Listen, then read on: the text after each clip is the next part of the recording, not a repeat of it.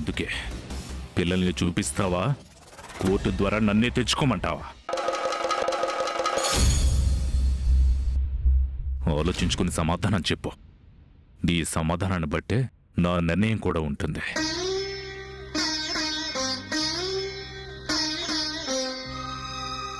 ఇక నువ్వు వెళ్ళొచ్చు.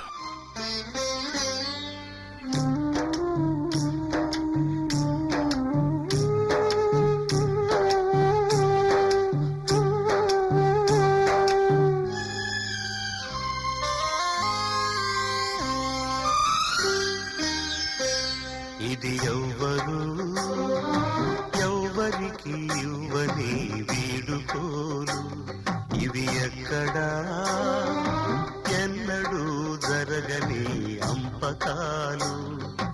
దేవతా తరలిపో, తల్లిగా మిగిలిపో, వదలలేక వదలలేక గుండె రాయి చేసుకుని ఎవ్వరు ఎవ్వరికి ఇవ్వని వీడుకోలు.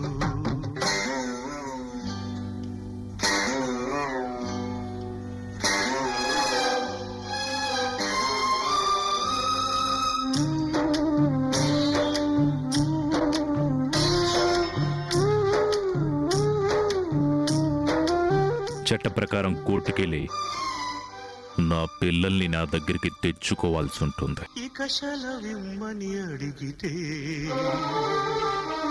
ఇది కనని వినని సంఘటన, అపూర్వ సంఘటన.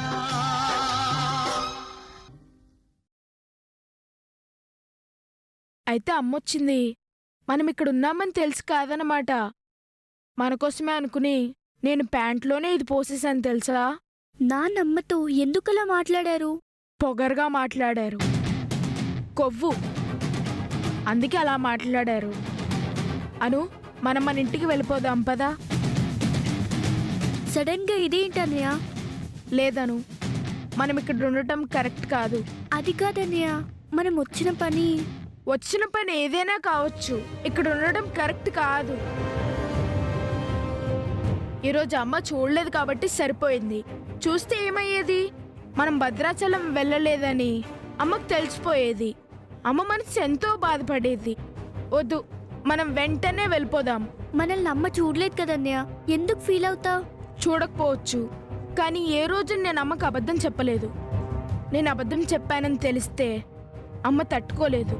అను, నా మాట విను, వెళ్ళిపోదాం పదా. నువ్వు టెన్షన్ పడకన్నయ్య, ఇప్పుడు సమస్య అది కాదు.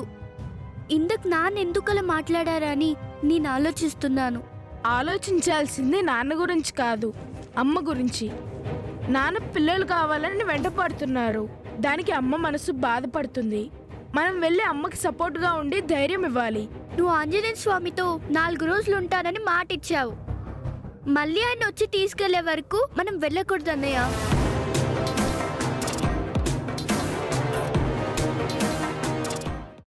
అమ్మా, అలాంటి వాళ్ళది నిజమైన ప్రేమ కాదు, అది వ్యామోహం.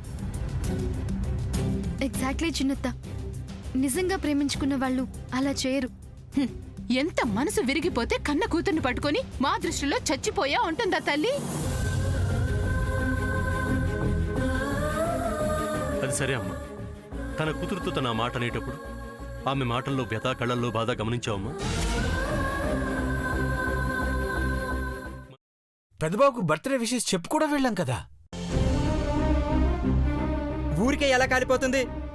మంట పెడితేనో పడితేనో తగలబడుతుంది.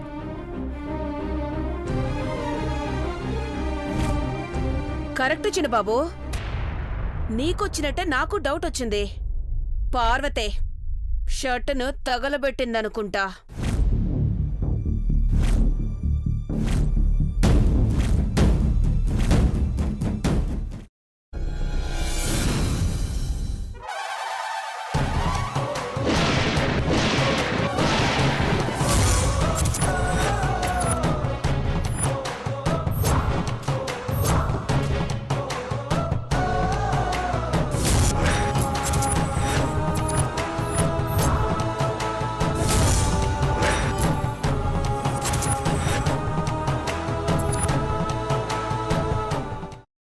వేయించుకున్న తర్వాత పొట్టు తీసేసి చాప్ చేసి పక్కన పెట్టుకోవాలి.